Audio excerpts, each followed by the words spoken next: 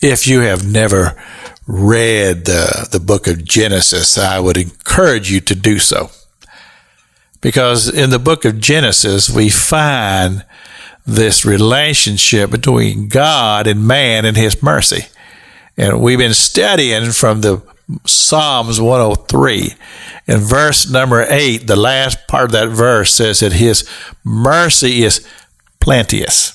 In other words, he has lots of it, and he extends his mercy continually. We talked about yesterday about how that God created man in the garden and the woman, and then they rebelled and he cast them out, but he chose not to just destroy them, even though he moved them to a different realm of life, and to a life to where now they're dealing with the thorns and the thistles of life, and they're dealing with the struggles of life and the sweat of the brow.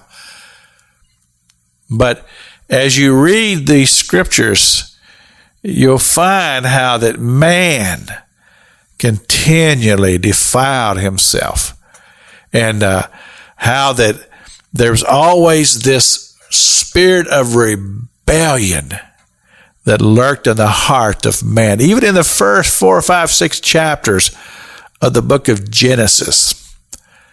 And then, in the midst of a generation of humans that had become so corrupted and so defiled, God found a man who, he says, look, and I'm just paraphrasing here, but thinking, here's a person that perhaps I can have a relationship with. And his name was Abram, who later became Abram, father of many nations. And you read that story about God and Abraham. And I talk about this in my book, Dreams and Visions and Stories of Faith, and how that Abraham in the very, very beginning was not the father of faith. He was a man, human, like we are, who was trying to find his way in the world, but he was discovering his spiritual existence.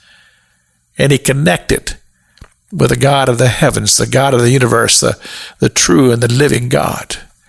And there became this wonderful relationship that grew and matured through Abraham living a life full of mistakes, making a lot of bad decisions and choices, but every time God extending his mercy to him.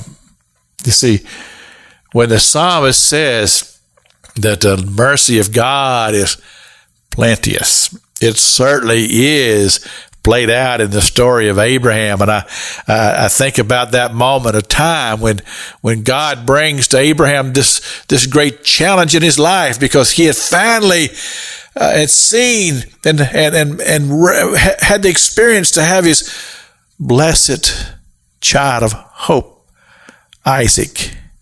And now God was saying to him, surrender that child to me. Now I'll tell you something. That's a hard decision to make. But Abraham, because of his experience with God and learning of God's great mercy, knew that God would extend mercy. Because he said to his son, he says, God will provide himself a sacrifice, and he was obedient to God. You see, that's learning and growing, but you see the mercy of God and how plenteous it is. It's Pastor Jack King with the gospel on the radio broadcast.